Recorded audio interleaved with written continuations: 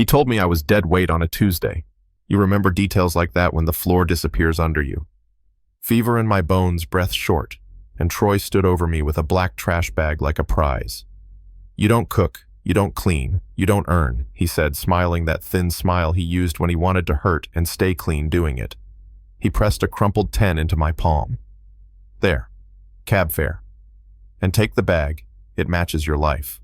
I asked for a night, a couch, a little mercy. He bowed at the door like a hotel bellman. After you, ma'am.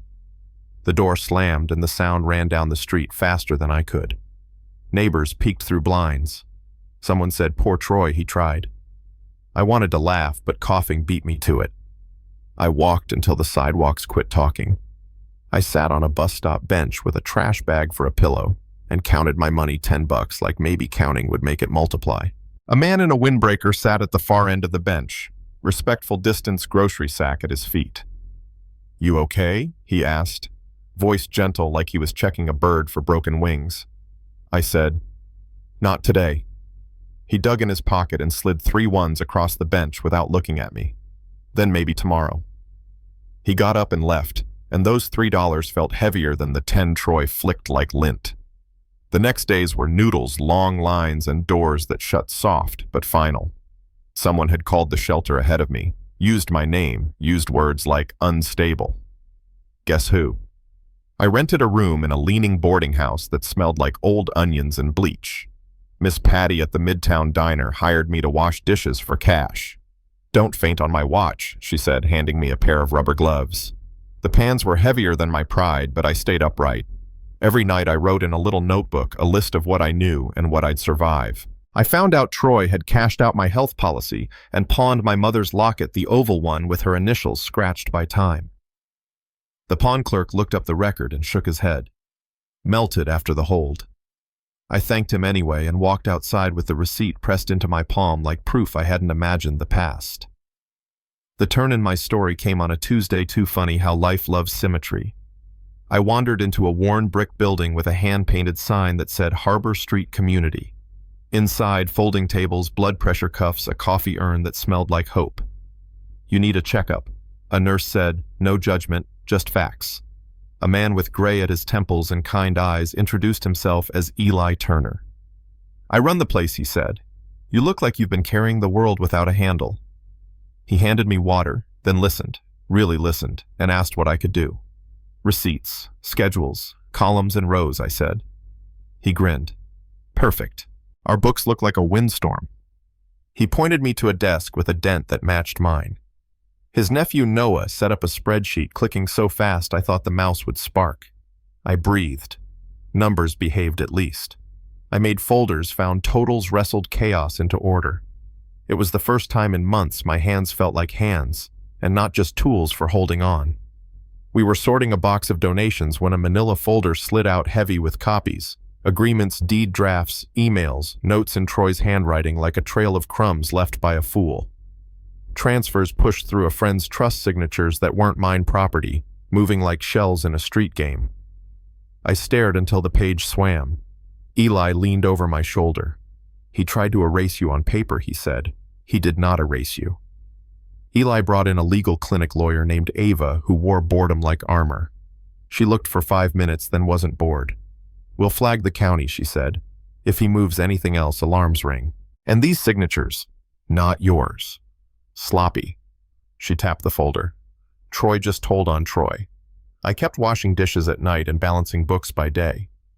My body stopped shaking. Food boxes from the clinic turned into color in my cheeks. Noah showed me how to scan receipts, set alerts, track expenses like a hawk. Eli taught me about leverage and interest and the dumb magic of compounding. When I had a small stack saved, they pushed me to climb. The first property was ugly. Peeling paint weeds taller than my shame. I signed anyway, keys cold in my palm, knees knocking like a drum solo. We painted, patched, watched 1,000 how-to videos. The first rent check felt like someone had handed me permission to breathe. We did it again. And again. Miss Patty teased me when I came in with a real haircut. Look at you, Miss Tomorrow. I told her it was just today, finally looking up. Meanwhile, Troy's flood tide went out.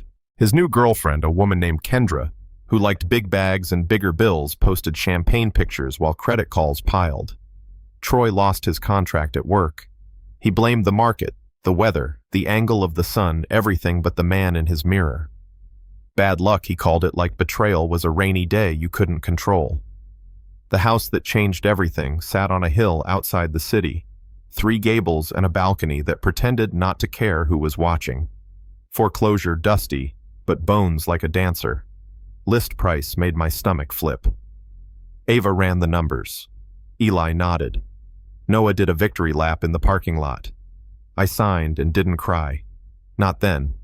I furnished rooms slow, let light test the windows, learned how floors sing when they're finally respected. We hosted small community dinners at a long table scarred by other people's stories. One night, I set my tea down and said calm as a weather report. One day, Troy is going to knock on my door, and I'm going to decide who he is to me. Life obliged. A staffing agency van rolled up with new hires for a catered event servers in white shirts, custodial, and gray polos. I was in the foyer with Eli and Noah arguing about paint when the East Hall went quiet. I felt it before I saw him, that pause people take when the past steps into the room. Troy's shoes were scuffed. His eyes swallowed the chandelier whole. The estate manager handed him a mop and said, "East Hall, keep your head down." He looked up and saw me. For a second, I watched 100 expressions run across his face like weather over corn shock calculation, a thin spray of charm. "Mara," he said, as if we'd bumped into each other at a grocery store. "Ms. Collins," I said. "Owner will do." His mouth open-closed. The mop handle clattered against the bucket. Noah leaned on the banister and said to nobody in particular, "Funny how floors remember who scuffed them." Troy tried a smile. "You look good." He glanced around. "All this, yours?" "Yes," I said. "Bought it with receipts and sleep I didn't get." He moved closer, dropped his voice like we were sharing a secret. "I had bad luck, that's all. Partners burned me. Kendra's spending was crazy. You know how it goes." "Bad luck," I said, nodding like he'd ordered the soup. "Was it bad luck when my health policy disappeared? When my mother's locket melted? When you called ahead and told shelters I was unstable?" I took a breath. I had earned. "Be careful, Troy. The house can hear you." He swallowed. "Give me a chance. I'll fix it. I'll be better." "You're the janitor," I said soft, so he had to lean in.